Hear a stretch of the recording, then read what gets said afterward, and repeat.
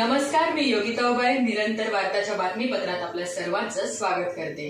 पाहूया काही ठळक घडामोडी.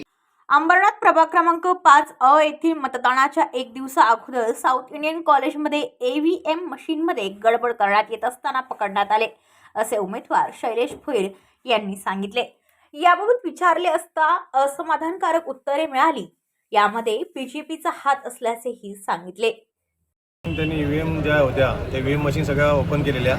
तर बूथ नंबर 7, 8, 9, 10, 11, 12 जे साऊथ इंडियन कॉलेज आहे तिथे आम्ही गेले असताना निदर्शनास आलं की सगळ्या मशीन ओपन केल्या आहेत. पण जे निवडणुकीचे नियम आहेत त्याच्यानुसार त्यांना जोपर्यंत पोलिंग एजंट किंवा उमेदवाराचा प्रतिनिधी जोपर्यंत येत नाही तोपर्यंत त्यांना मशीन ओपन करता येत नाही. त्यामुळे आम्ही त्यांच्यावर एक प्रश्न उपस्थित केला का तुम्ही EVMमध्ये छेडछाडी केली, तो हॅक करण्याचा प्रयत्न केला जातो किंवा काहीतरी असं. ते ज्यावेळेस आम्ही त्यांना प्रश्न विचारले तर त्यांच्याकडे काय आमच्या प्रश्नाचं समाधानकारक असं उत्तर नव्हतं.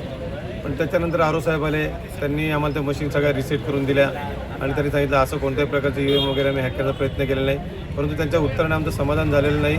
आमचा स्पष्टपणे आरोप आहे की भारतीय जनता पार्टीचे जे उमेदवार आहेत त्यांचा घरातला कोणतरी नातेवाईक तिथे उभा होता. तर निवडणूक आयोगाला हाताशी धरून त्यांनी EVMमध्ये छेडछाड करण्याचा प्रयत्न केलेला आहे. ब्युरो रिपोर्ट, अंबरनाथ, निरंतर वार्ता न्यूज. याबरोबरच हे बातमीपत्र संपलं. पुन्हा भेटूया उद्याच्या बातमीपत्रात. तोपर्यंत नमस्कार. तुमच्या आजूबाजूला घडणाऱ्या घटना पाहण्यासाठी निरंतर वार्ता न्यूज चॅनलला सबस्क्राईब करा. तसेच नव्या व्हिडिओची नोटिफिकेशन मिळवण्यासाठी बेल आयकॉनवर क्लिक करा आणि रहा अपडेट.